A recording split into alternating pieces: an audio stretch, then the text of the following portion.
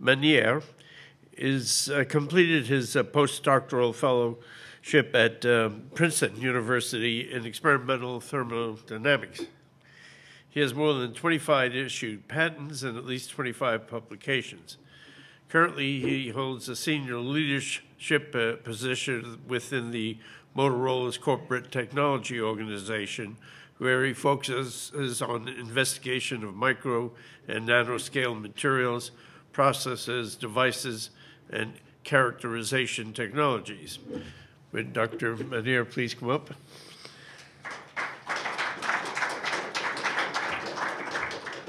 Here's the changer, and there's the pointer. Thank you.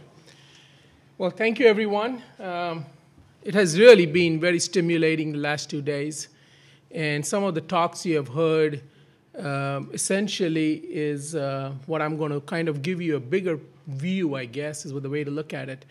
Why is Motorola interested in this? Because as one of my functions involved with materials and nanotechnologies to look for new opportunities. And we do periodic analysis about new areas we might be interested in getting involved with. And hopefully those analyses lead us to making financially useful investments. One of the things that we are starting to see is that as the telecommunications business continues to progress and the technology continues to progress, you're starting to see that the boundaries where biotechnology and communications come together starting to look like might be right on the verge of taking off. And you've heard talks to that effect today. So I want to cover that a little bit further in that direction. What I'm going to talk about, first of all, is give you a 2-second view from a consumer's perspective of the mega trends around mobility of telecommunications. Where are things going? How are they occurring? And then give you, and once again, a consumer's perspective of how such an impact might, what we are seeing in the health ecosystem, and then talk about 3 broad areas of technology, very, very briefly: communications, miniaturizations, and nanotechnology. And if these 3 converge in the right manner, in the right time, some of the potentials we might see around it. Here is a broad picture of where the mobility trend is going. As an individual, you're obviously worried about 4 or 5 major things. You're worried about entertainment, safety, information, finance, and health. Pretty much that covers our day-to-day 99% of our thoughts. But if you look at how each of this has been impacted, they're not all evenly impacted. Many of these are at different phases from the standpoint that we used to handle entertainment and maybe information at location. Then we got clever. Technology progressed, and we started doing things at home, a lot more of it. Then we ended up moving things into the car and then on person. But well, all of those required certain technologies to progress. But if you look at where health is today, it is probably one of the few that has not progressed much further down this line. And you have to wonder, is health going to start to progress rapidly in this direction? We think that the time is coming where health is going to start moving into this time frame. We don't know exactly when, but it looks like it's starting to move along. Now, if you look at health system from a consumer perspective, again, the consumer sits right here in the middle. That's me, my family, and my friends. That's my focal point. And I'm constantly interacting. I'm at home, I'm in my car, I'm in my office, or I'm by myself. And at each of these things, I'm either dealing with a physician, a specialist, a lab personnel, or a pharmacist. So if you start to build this little circle out, you're either dealing with a doctor's office, a hospital, a laboratory, or a pharmacy, and you start asking the very high-level question, what's the trend? How are things moving? What we have determined is that they're moving in 2 broad directions. One is a lot of the stuff that occurs at the hospital specialist interface is starting to move towards the doctor-physician level, and from there it is migrating directly into an individual, either in the car, home, or on self.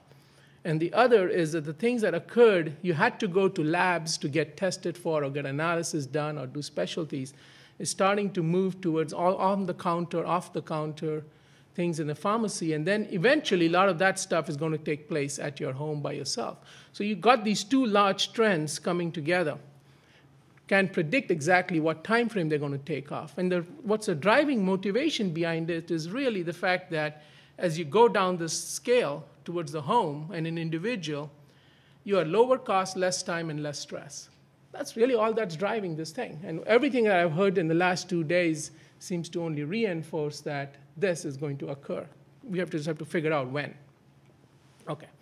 I'm going to switch gears and talk about the three technology directions: the miniaturization, communications, and nanotechnology. This is a snapshot of where communications is going, mobile communications. For one thing is the various cell phones we use, or PDAs, or whatever we want to call it, the smartphones, you're starting to get a ton of different functionality all migrate onto one single device. Everything from music, cameras, now camcorders, portable DVDs, TVs, PDAs, GPS, TV, internet, everything's migrating onto a single phone. This trend is not going to stop. It is going to continue. The second thing is the RF, or the lack of wires. You don't need wires. You heard talk earlier this morning about the need for wireless communications. Today we are at about speeds of around 1 megabits per second. We are starting to approach speeds of around 10. They're just around the corner. And we are not that far, actually, from being in the gigabits per second wireless communication. So you and I will be sitting here with our PDAs operating at speeds that you could not even operate at home a few years ago. And these are without any major increase in cost of these devices. I mean, you'll be paying less than what you paid a few years ago. And the third thing is that we are starting to hear about is that radio is showing up. By radio, I mean wireless communication pieces are showing up in just about everything you can imagine. Today we heard about not showing medical devices, but everything in your home, every little piece around your house is going to end up with this. And further, they all get connected. So you start to see these three broad things occur. Everything's digital. Things are moving towards portability, broadband, high-speed network, and intelligence. This is the communications map today and in the next 5 to 7 years. It's going to occur. The next piece is the miniaturization aspects. I highlighted two things here. The electronics, the silicon-based electronics technology, it continues to get smaller. Here's a picture of an IBM chip with 8 levels of metallization. That means you got 8 separate levels of wiring being built on a single chip, and the entire chip is less than a few millimeters square. Okay, this is what's driving. These are your microcontrollers, the microprocessors. That's going to continue. There's no end in sight. For all the noise we might be hearing about the difficulty of technology and the cost of 200, 300 billion factories, it's not going to stop. That thing is going to continue, and we easily got technology to take us down the next 10 years. There's not a problem there. The second is memory. This is 2006 projection of memory being used in various consumer products: cell phones, camera, MP3s, and laptops, the price you pay, and the type of memory you've got. We are not that far away where you're going to see, for the same price I'm paying today, you're going to get 2 orders of magnitude increase in memory, and at the same size, so they'll end up in your portable devices. So you've got electronics and memory, 2 primary components, and wireless going together over the next 10 years that are going to progress down. We have heard about storage, smart, but the main things that I think we need to start watching out for is things that are flexible and wearables. You're going to see the migration of a lot of this miniaturization technology enable things that are on a non-solid, non-rigid platforms, and they're going to end up being into what you wear today, which means it really opens up doors to on-body detections, on-body prevention, medical systems that can now be integrated into these form factors. It's coming down the pipe. And the third one is nanotechnology.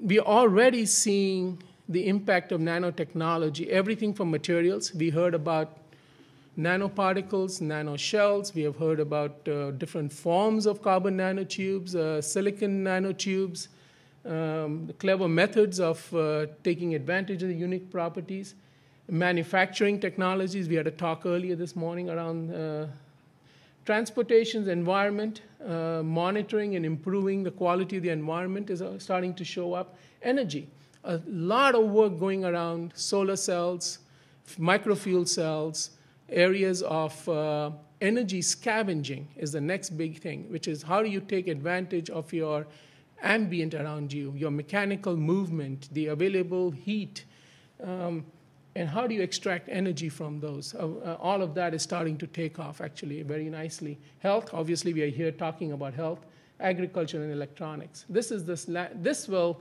continue to occur. The one point I want to make here, though, is nanotechnology is not something that works by itself.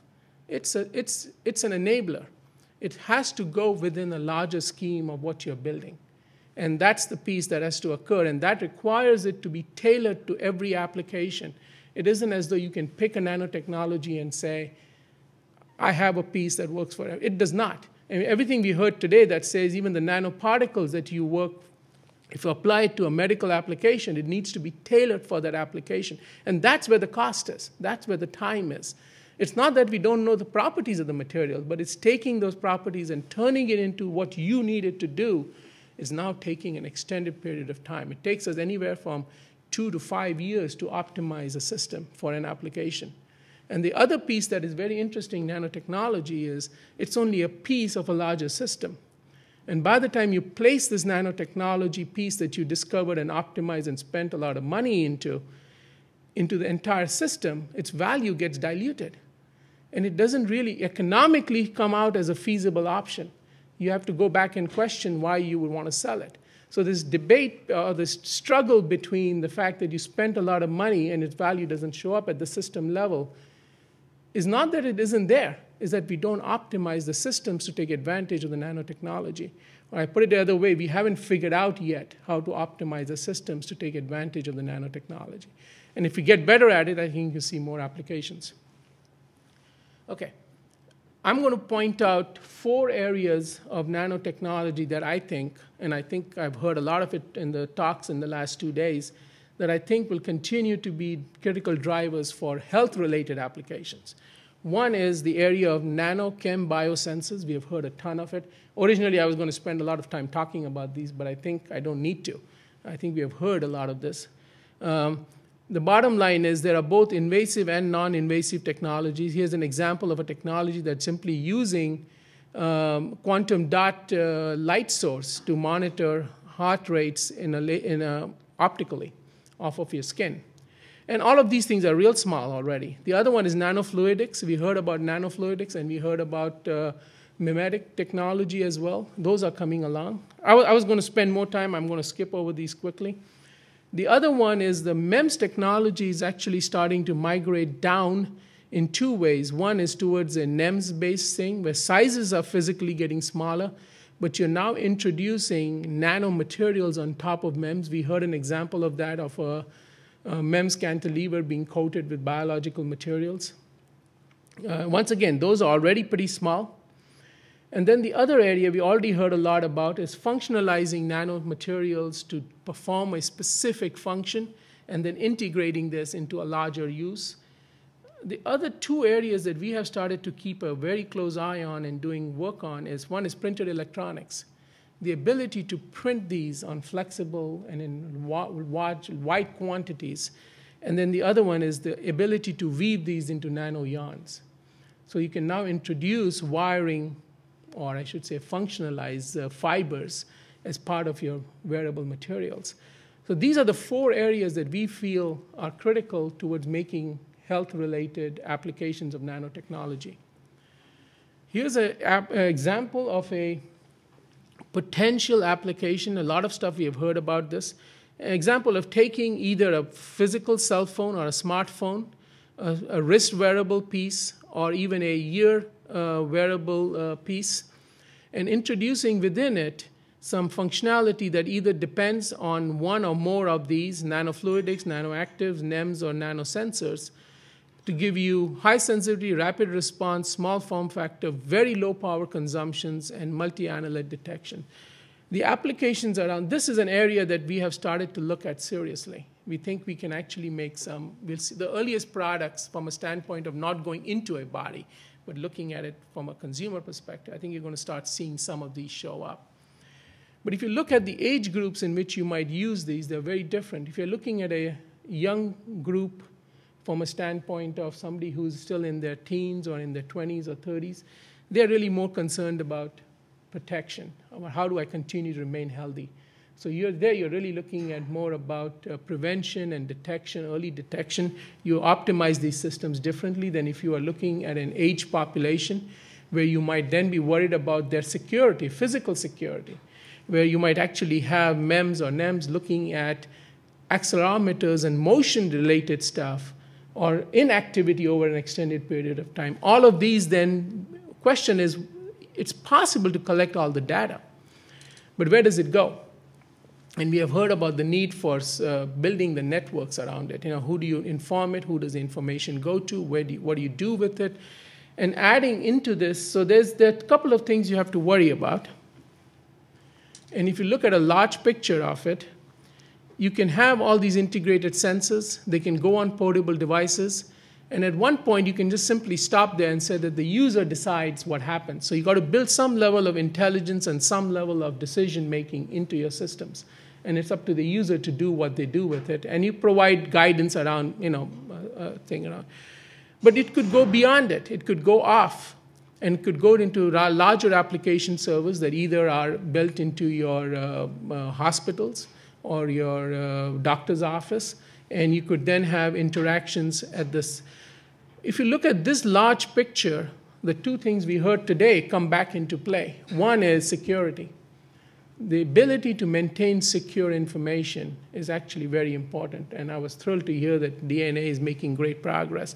But that's not the security that's going to help this.